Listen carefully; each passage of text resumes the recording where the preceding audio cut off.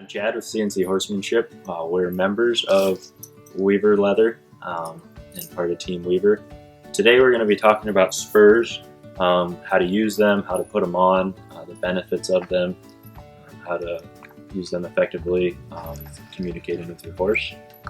Today we have one of our students with us, Haley, and we're just going to go over how to, like I said, how to use them and how to put them on, how to communicate with her horse. And Haley's been going through lessons without any spurs. She got spurs, she's never used them before. She understands leg pressure and how to cue her horse with her legs. She just has not used them, has not had any spurs on her feet yet, so we're just going to do a brief introduction on how to use spurs. For beginners who've never used spurs, I tend to recommend something with a less sharp of a rowel. The more blunt, the better, really.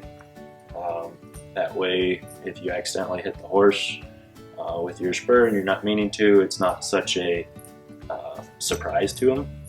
I guess what we could do is we can go ahead and go over the parts of the spur. Obviously, you have your straps here, you have the band, which is what sits on the heel. Then the piece coming from the band back to this round deal here is called the shank, and then this round deal here is called the rowel. So we'll go ahead and put them on. They just slide right on the heel, right like that. They should sit right at the top of the rubber part of the heel there. Lots of boots have what's called a spur shelf, and it just helps that band just sit there. And then you just take your strap there, and then really how tight they are is kind of up to you and your comfort.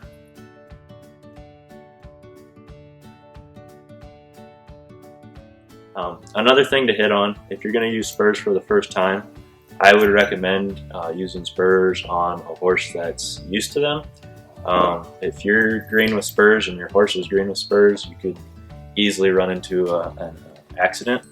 This mare that Haley's on has been ridden in spurs quite a bit, so she's used to them, and that's why we've chose her for Haley to have a lesson on with spurs. So what I'm going to have Haley do now is she's going to bring Skipper towards these posts, and my hope is that Skipper pauses, and then we're going to have her push with both legs, squeeze with both legs, and go over the posts.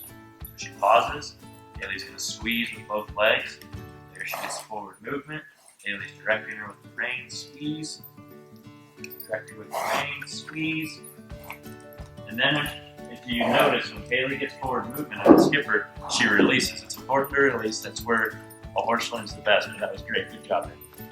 So you see there, while Haley was at the walk, she squeezed with her legs, used just a little bit of spur, and Skipper picked up into the trot, and now you see Haley's trotting around without any spur.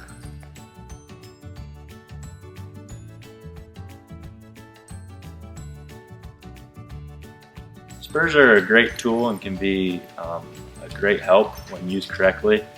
It's important to understand how to use the spur.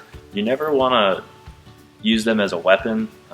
If you find yourself using them as a weapon, you probably need to go back to not using spurs, and then until you understand leg pressure a little bit better and that sort of thing.